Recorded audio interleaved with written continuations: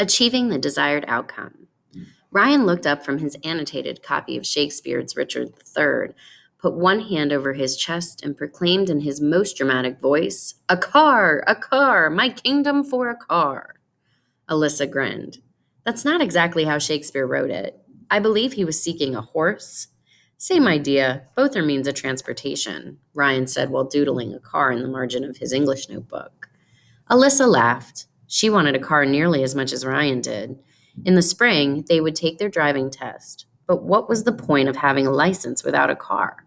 "At least we have reliable bus service," she said, which earned a gentle punch to the shoulder from her twin. Here's how our 16th century pal would respond to that question. "The bus, fair lady, is a thing devised by the enemy." Act 5, Scene 3. But Alyssa wasn't listening. Instead, her attention was focused on some distant point out the window. "I wonder." "What do you wonder?" Whenever Alyssa said, "I wonder," a clever scheme was sure to follow. She crossed her arms and rubbed her chin, but kept her thoughts to herself. "Alyssa!" Ryan exclaimed. "True hope is swift and flies with swallows' wings." Act 5, Scene 2. "Don't leave me in surprise. You have a solution, don't you?" "I'll tell you later, but right now I have to make a phone call." Alyssa insisted on privacy for the call. It was heartless to raise Ryan's hopes, only to have them dashed down again, and there was no guarantee that her call would result in success. Alyssa clicked on the phone's contact list and selected Aunt Azalea's business number. Her aunt's voice on the answering machine proclaimed, "Azalea's Auto Emporium, where expert mechanics turn junky clunkers into classy coaches." Aunt Azalea was fond of adjectives, and whenever possible, she added alliteration to her advertising slogans. She believed the more modifiers, the better, a philosophy that Alyssa's English teacher, Mr. Sims, vehemently discouraged. Whenever Alyssa used an adverb or adjective in a paper, Mr. Sims wrote a note in the margin. Use precise language whenever possible. Modifiers are a crutch chosen by those with inadequate vocabularies.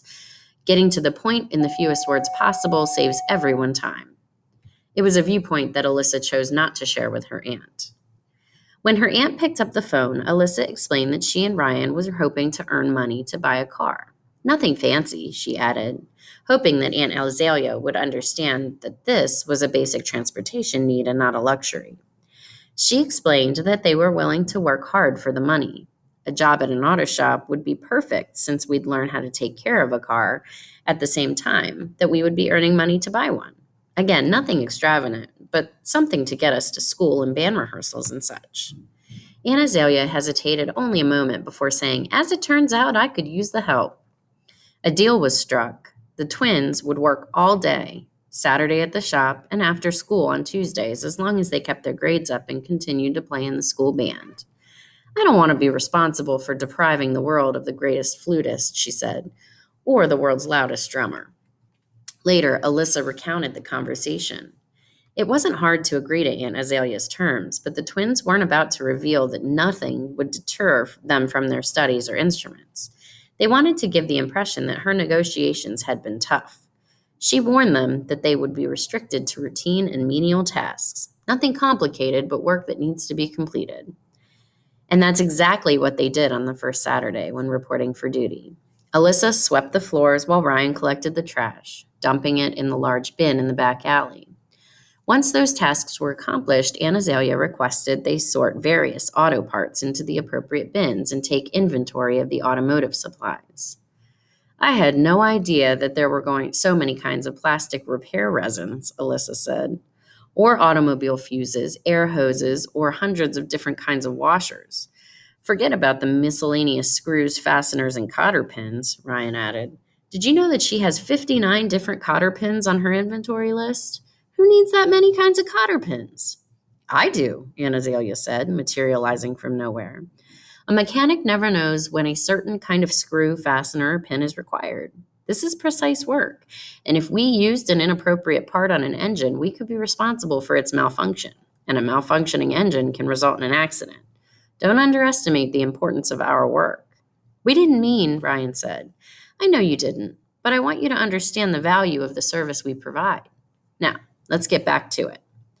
For 3 weeks, the twins continued to sort, organize, and inventory supplies.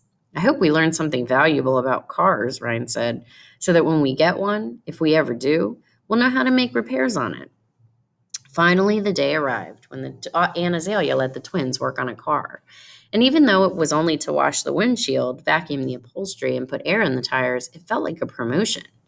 The next week, Ryan and Alyssa helped Axel, one of Aunt Azalea's mechanics, pull a dent out of a car door. They used a special kind of plunger, and when they were done, the door looked like new. And then Axel allowed the twins to repair the small dent in the back body panel of his own car. The following week, Javier, another mechanic, gave Alyssa and Ryan a lesson on removing scratches. He showed the twins how to distinguish a scratch from a mark. Marks can often be easily cleaned with an aerosol tar or adhesive remover. Tougher scratches require acetone or lacquer thinner on a soft rag. And if the mark is still there, then you will need to get some elbow grease and use some polishing compound. The twins spent the day working on various scratches, utilizing all the methods that Javier had shown them with varying degrees of success. The next week, the twins received a lesson on changing the engine oil, a routine but necessary maintenance task for any vehicle. They helped perform 2 complete oil changes, and then they did a third on their own. They went home greasy, hot, and smelling of automobile oil, but deeply satisfied. In the coming weeks, the twins learned how to replace air filters, brake pads, and various kinds of hoses and batteries. They learned how to determine when tires needed replacing and how to do the job. Finally, Aunt Azalea requested that they watch Axel rebuild an engine. You won't be doing this anytime soon, she said, but it's a rare pleasure to watch a master mechanic like Axel at work. Alyssa was surprised to find that the work fascinated her, and in later conversation, Ryan compared it to doing a complex science experiment. You need appropriate equipment, knowledge of the components, and the expertise to make it all work together to achieve a desired outcome. The next time the twins arrived at the auto shop, they noticed that someone had delivered a particularly dilapidated vehicle. It had scratches, torn upholstery, a cracked windshield, and 4 flat tires. Was that a cobweb across the back window? The trunk did not close properly, and when Ryan looked under the hood, he noticed that none of the hoses were connected. The battery was missing, and a layer of oil coated everything. What a wreck, Alyssa said. Looks like it belongs in a giant trash compactor.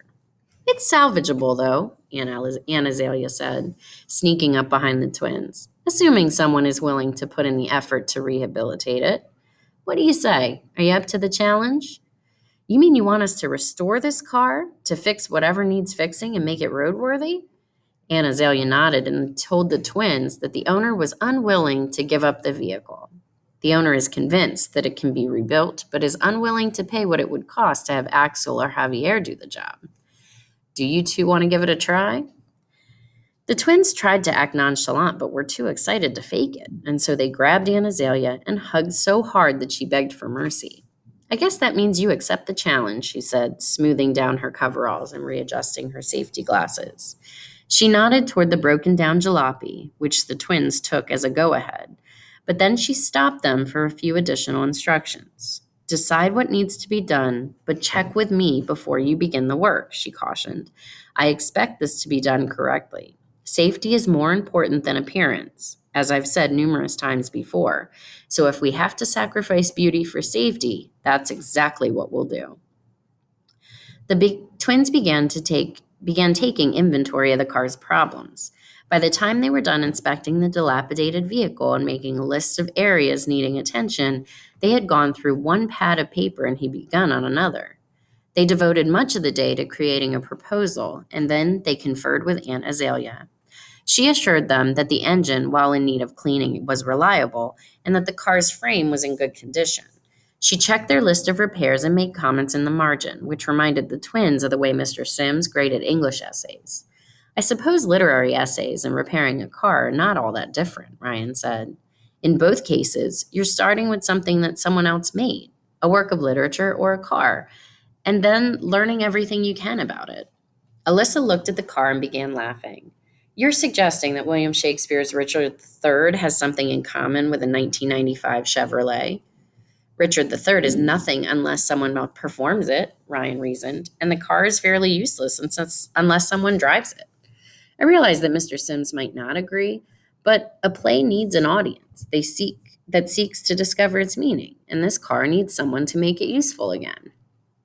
For the next several weeks, and with Aunt Azalea's help, the twins reconditioned the broken down jalopy.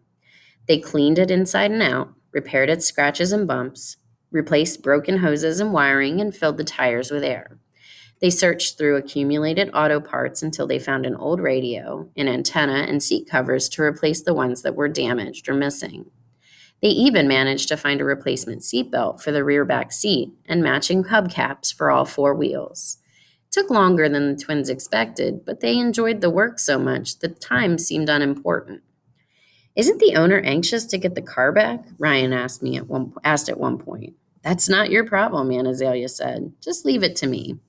The twins consulted with Aunt Azalea, Axel, and Javier whenever problems arose, but they realized that they needed help less and less as the project continued. A number of months later, the car was looking much better, but the body remained lackluster no matter how hard they tried to polish and buff it. "We'll have to paint it," Aunt Azalea declared. "But what color?"